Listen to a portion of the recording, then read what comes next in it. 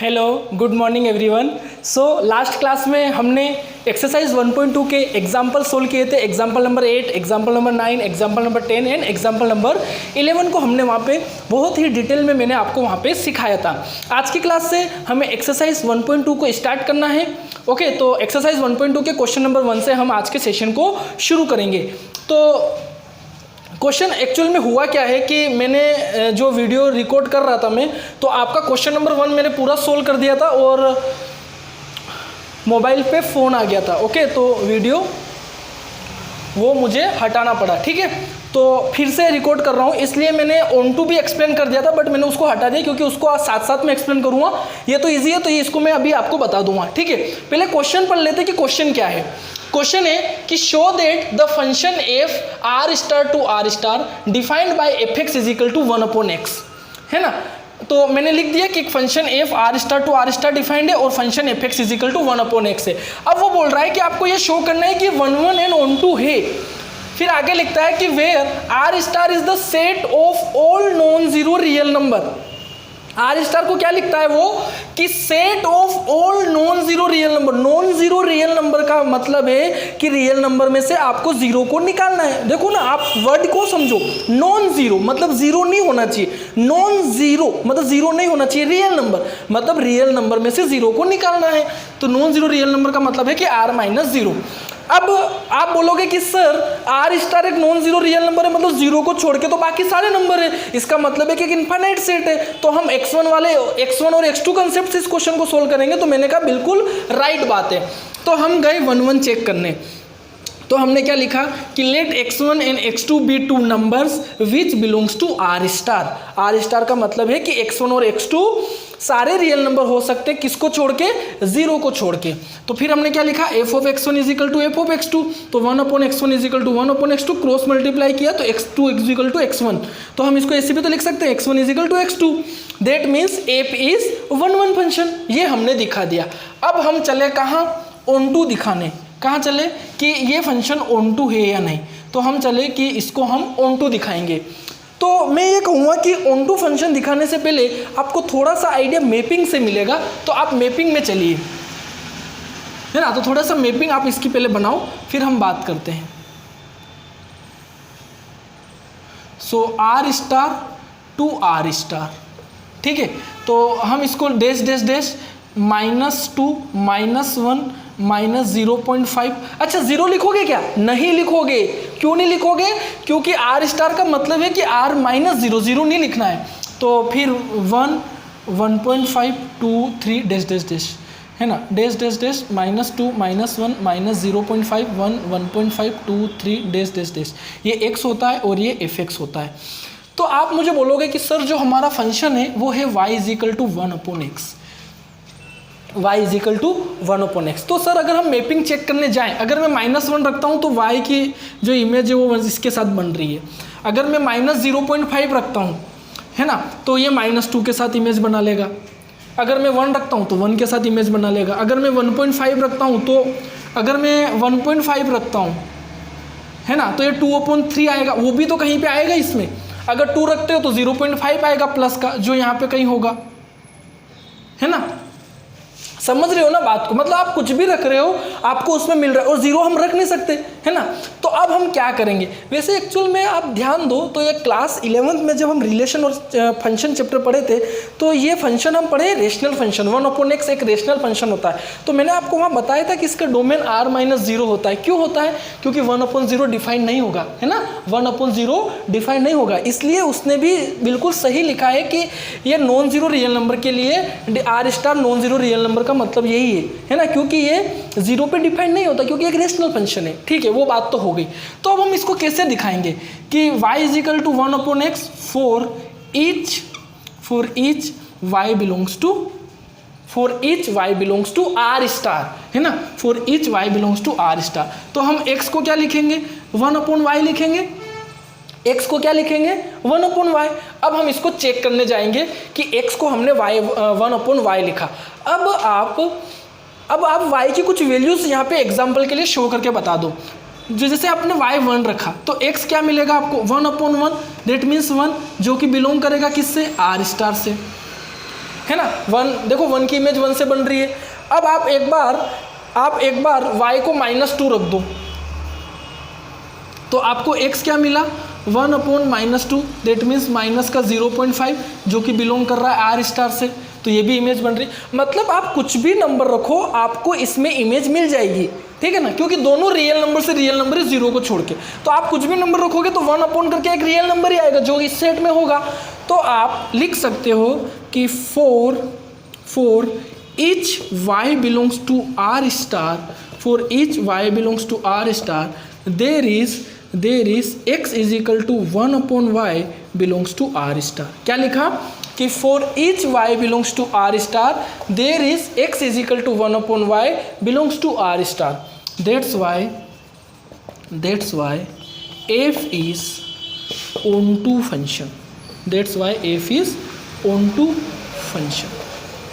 ठीक है, तो आप ऐसे भी लिख सकते हो कि रेंज और कोडोमेन इक्वल आएगा, तो उससे भी हम इसको ऑन टू लिख सकते हैं। ठीक है, ये आपको समझ में तो आ गया ना। देखो आप y की कोई भी वैल्यू रखो तो वो एक रियल नंबर ही आएगी, और 0 तो आएगी नहीं क्योंकि 0 रख ही नहीं रहे, है ना, और ये 0 बनेगा भी नहीं। ठीक है, तो कोई ना कोई रियल नंबर आएगा, इसमें मैपिंग होगी। मैंने 2 एग्जाम्पल लिए हैं, कोई भी 2 नंबर के आप 1-2 ले लेना और दिखा देना। तो उसने बोला था कि आपको इस फंक्शन को 1-1 और ऑन-टू दिखाना है, तो 1-1 और ऑन-टू तो आपने इस फंक्शन को दिखा दिया है। अब वो आगे क्या बोल रहा है उसकी बात को समझने की कोशिश हम करते हैं। आगे वो ये बोल रहा है कि इज द रिजल्ट ट्रू, वो ट्रू और फॉल्स हमसे पूछ रहा है कि is the result true if the domain R star. अच्छा, ये तो डोमेन होता है और ये कोडोमेन होता है, तो वो बोल रहा है कि if the domain R star is replaced by N. तो अब डोमेन को वो अब है ना, मैं पार्ट सेकेंड कर रहा हूँ, आप पार्ट सेकेंड लगाना हेडिंग, है ना, तो आप फिर से लिखना। तो वो बोल रहा है कि if the domain R is replaced by N, तो ये एन से रिप्लेस्ड हो गया। और कोडोमेन उसने लिखा है कि with codomain being same as R star. वो बोल रहा है कि क्या ये रिजल्ट फिर भी ट्रू है जब हम डोमेन को आर स्टार को तो एन से रिप्लेस कर रहे हैं और कोडोमेन को हम सेम रख रहे हैं। तो मैंने कहा कि हमको चेक करना पड़ेगा। हमने क्या कहा कि हमको चेक ये करना पड़ेगा। ठीक है, ये सब सेम रहेगा। अब आप क्या लिखोगे, अब आप फिर से चेक करने जाओगे, है ना, तो अब आप क्या लिखोगे, आर स्टार का मतलब तो वही है ना। अब आप लिखोगे कि let x1 and x2 be 2 numbers, let x1 and x2 be 2 numbers which belongs to है ना, let x1 and x2 be 2 numbers which belongs to n, है ना, क्योंकि डोमेन से बिलोंग करते हैं ना x1 x2, तो which belongs to n लिखेंगे। अब हम क्या लिखेंगे कि f of x1 is equal to f of x2, that means 1/x1 is equal to 1/x2, that means x2 is equal to x1, that means हम यहाँ से लिख सकते हैं कि x1 is equal to x2। तो यहाँ से क्या लिखोगे, that means f is 1-1। ठीक है, तो f कौन सा फंक्शन आ गया, 1-1 फंक्शन आ गया। अब हम किसकी बात करेंगे, अब हम बात करेंगे कि ऑन-टू की। वो बोल रहा है कि क्या दोनों 1-1 ऑन-टू होगा क्या, जब आप डोमेन जो आर स्टार था उसको एन लिख रहे हो, उसके बाद की बात वो आपसे कर रहा है। तो 1-1 तो हमने चेक कर लिया कि 1-1 आ रहा है। अब हम बात करेंगे ऑन-टू की। अब जो डोमेन है वो एन है, तो सबसे पहले तो आप एन लिखोगे, डोमेन में एन, यहाँ लिखोगे आर स्टार। तो एन तो 1 से शुरू होगा, 1 2 3 4 5 6, और ये होगा -2 -1 0.5, क्योंकि 0 नहीं लिख सकते, 1 2 3। आप यहीं से देख सकते हो कि ये ऑन-टू नहीं आ रहा है, कि देखो कैसे। आप इसे लिखोगे कि y is equal to 1/x for each y belongs to R star, है ना, for each y belongs to R star. फिर क्या लिखोगे आप कि आपने y belongs to R star लिख दिया, तो यहाँ से x क्या बनेगा, x बनेगा 1/y। ठीक है ना, x बनेगा 1/y। अब आप y की कोई भी वैल्यू बताओ। देखो ऑन-टू नहीं दिखाने के लिए एक एग्जाम्पल इनफ है, ऑन-टू नहीं दिखाने के लिए एक एग्जाम्पल इनफ है। तो आपने y की वैल्यू को नेगेटिव रखा, मान लो कि y आपने -1 रखा, तो x क्या रखोगे, x क्या आएगा 1/-1, तो क्या -1 x में है क्या, नहीं है, क्योंकि ये तो नेचुरल नंबर है, नेचुरल नंबर तो 1 से शुरू होता है, तो यहाँ क्या लिखोगे, does not belong to natural number. आप एक एग्जाम्पल और दे दो अगर आपका मन करे तो y = -2, तो क्या लिखोगे, x = -1/2, दैट मीन्स -0.5, है क्या, नहीं, नेगेटिव नंबर तो नेचुरल नंबर में होता ही नहीं ना। आपको एक एग्जाम्पल लेना पे आपने 2 दे दिया, तो क्या लिखोगे यहाँ पे, for each y belongs to r star there is x = 1/y does not belong to n, है ना, सबके लिए नहीं है वो, does not belong to n, that's why f is not onto function, तो f onto फंक्शन नहीं आएगा। और आप यहाँ से भी देख सकते हो कि रेंज और कोडोमेन इक्वल नहीं आएगा जब आप इसकी इमेज बनाओगे तो, ठीक है। अब आपने इतना देखा, उसने पूछा था कि ट्रू है या नहीं, तो आप क्या लिखोगे, नॉट ट्रू, क्या लिखोगे, so the result is not true.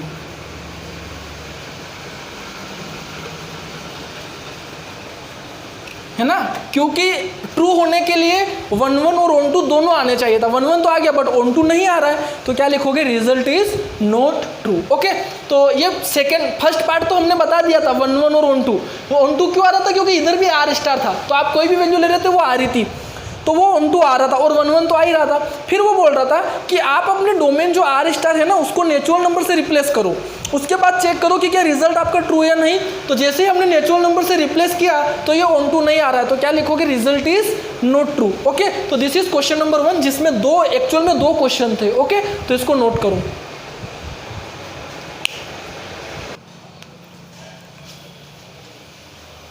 Okay, तो सेकेंड पार्ट देखो, क्वेश्चन नंबर 2 है ना, क्वेश्चन नंबर 2 का फर्स्ट पार्ट।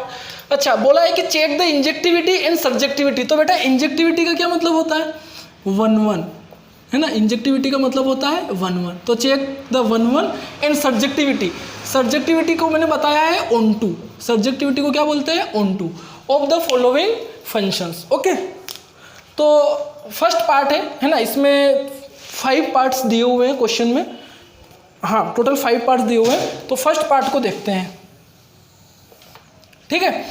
तो फर्स्ट पार्ट है कि f the function f is from n to n। Okay, तो the function f is from n to n and given by fx = x², given by fx = x², ठीक है। तो marker मुझे actually में मिल गया है ना, तो मैं ले आया हूँ fx = x²। तो आपको चेक करना है कि 1 और ऑन टू आपको चेक करना है। तो आप मुझसे कहोगे कि सर नेचुरल नंबर एक इन्फानाइट सेट है, क्या बोलोगे कि नेचुरल नंबर एक इन्फानाइट सेट है, तो हम x1 x2 वाले कंसेप्ट से सोल्व करेंगे। तो आप लिखोगे कि 4 1 1 है ना, तो 1 1 के लिए क्या लिखोगे कि let x1 and x2 be 2 numbers, let x1 and x2 be 2 numbers which belongs to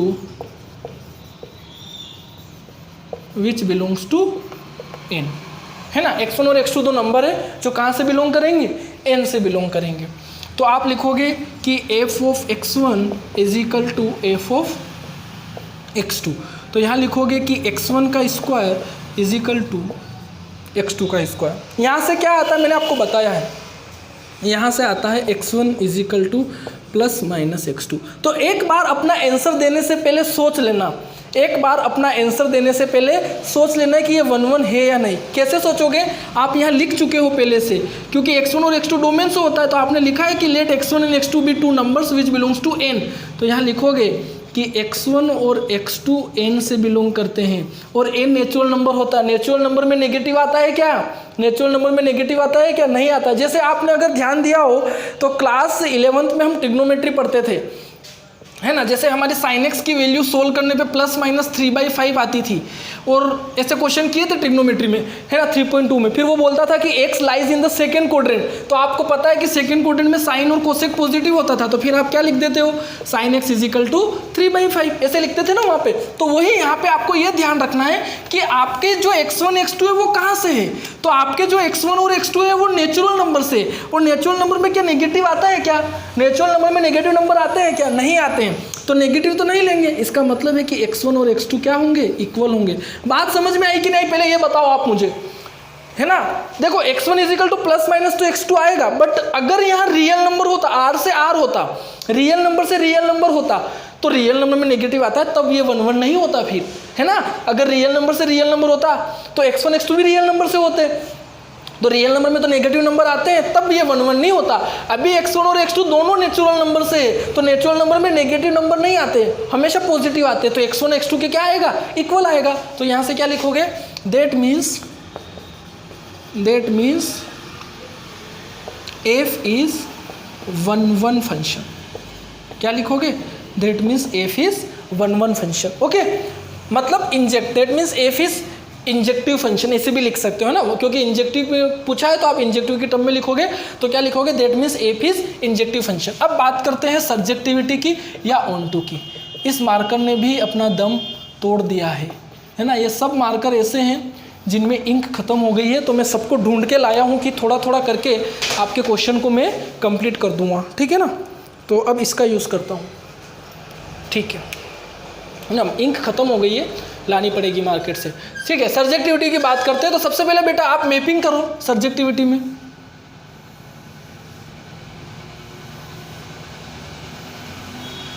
तो यहाँ पे n और यहाँ पे n है ना, नेचुरल नंबर है, तो 1 2 3 4 5 6 dash dash dash 1 2 3 4 5 6 dash dash dash.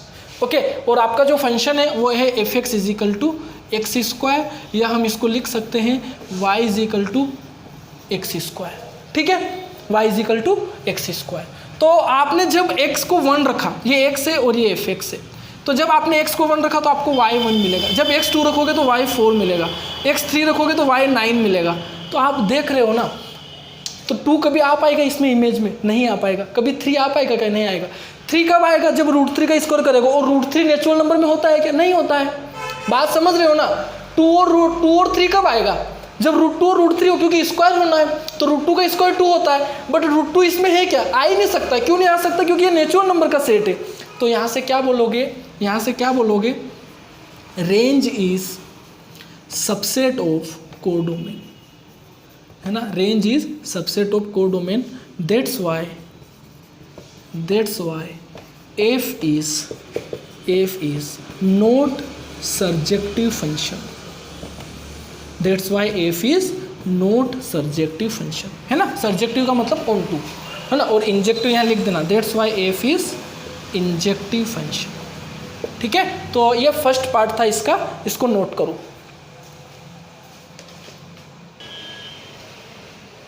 Okay बेटा, देखो सेकेंड पार्ट मेरी बात सुनो। सेकेंड पार्ट में जो आपको दिया है वो इंटीजर से इंटीजर दिया है और f x is equal to x square दिया है ना।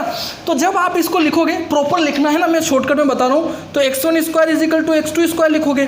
तो यहाँ से क्या लिखोगे कि x1 प्लस माइनस x2, फिर आप यहाँ लिखोगे, है ना, लिखोगे ना स्टार्टिंग में, let x1 and x2 be 2 numbers which belongs to integer. तो x1 x2 दोनों कहाँ से, इंटीजर। इंटीजर में नेगेटिव आता है क्या, यस आता है। तो यहाँ से क्या लिखोगे, x1 is not equal to x2,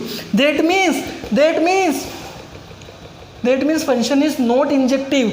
जो थर्ड है वो R2R है, जो थर्ड है वो R2R है।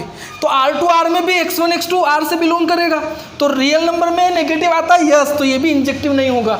और ऑन टू आप चेक कर लेना, ठीक है ना, एक स्क्वायर करके आप देखना है, तो ऑन टू आप कर लेना। अब मैं आता हूँ किस पे, फोर्थ पार्ट पे। फोर्थ पार्ट में क्यूब वाला है। ऐसा एग्जाम्पल भी मैं आपको जब बेसिक पढ़ाया था तब बता दिया था, फिर भी एक क्वेश्चन इसका भी सोल्व करके मैं आपको बता देता हूँ, ठीक है। तो सबसे पहले हम अगर बात करें किसकी, कि हमें जो फंक्शन दिया गया है वो एफ एन से एन में दिया गया है, और जो फंक्शन एफ एक्स है वो एक्स क्यूब है, ठीक है। तो 1 1 की अगर हम बात करें, या इंजेक्टिविटी की अगर हम बात करें, है ना, इंजेक्टिविटी की अगर हम बात करें, तो क्या लिखेंगे कि सेट जो इन्फानाइट सेट है, तो x1 x2 कंसेप्ट से करेंगे तो let x1 and x2 be two numbers which belongs to n, है ना। ये दोनों नंबर कहाँ से बिलोंग कर रहे हैं, n से बिलोंग कर रहे हैं, ठीक है। तो f of x1 is equal to f of x2, तो यहाँ से क्या लिखोगे, x1 का cube is equal to x2 का क्यूब। और आपको पता है कि ये दोनों क्या आते हैं, इक्वल आते हैं। और आप यहाँ से देख भी सकते हो कि x1 x2 दोनों पॉजिटिव भी है, नेचुरल नंबर से बिलोंग कर रहे हैं, तो दोनों इक्वल आएंगे। तो यहाँ से क्या लिखोगे, that means f is injective function, है ना। f कौन सा फंक्शन होगा, इंजेक्टिव होगा। अब अगर हम बात करें किसकी, सर्जेक्टिविटी की, तो मैं आपसे यही कहूँगा कि सर्जेक्टिविटी के लिए थोड़ी सी मैपिंग कर लो, आपको थोड़ा सा आइडिया मिलेगा यहाँ से, है ना। n से n में है 1 2 3 4 5 6 7 8, 1 2 3 4 5 6 7 8, ठीक है। आपको जो फंक्शन है वो है f(x) is equal to x cube. अब आप मुझे बात बताओ, अगर आप 1 रख रहे हो तो 1 मिलेगा, 2 रखोगे तो आपको 8 मिलेगा, समझ रहे हो बात को, 3 रखोगे तो 27 मिलेगा। तो आप यहाँ से बोलोगे कि सर कोडोमेन जो है वो n है और जो रेंज है वो क्यूब आ रही है, मतलब 1 का क्यूब 1 आएगी, 2 का क्यूब 8 आएगी, 3 का क्यूब 27 आएगा, 4 का क्यूब 64 आएगा। तो ये इस प्रकार से आएगा, जबकि कोडोमेन n है और रेंज ये आ रही है, तो आप क्या लिखोगे कि range is subset of codomain, है ना। तो क्या लिखोगे, that means f is not surjective, that means f is not surjective. तो आपका जो फाइनल आंसर होगा वो क्या होगा, f is injective but not surjective, ठीक है। तो ये फोर्थ पार्ट था, क्वेश्चन नंबर 2 का फोर्थ पार्ट था। फिफ्थ पार्ट आप करेंगे, ठीक है, और क्वेश्चन नंबर 3 से मैं आपको अगली क्लास में बताऊंगा। ओके, तो मिलते हैं अगली क्लास में, तब तक अपना ध्यान रखें और हमेशा खुश रहें। बाय।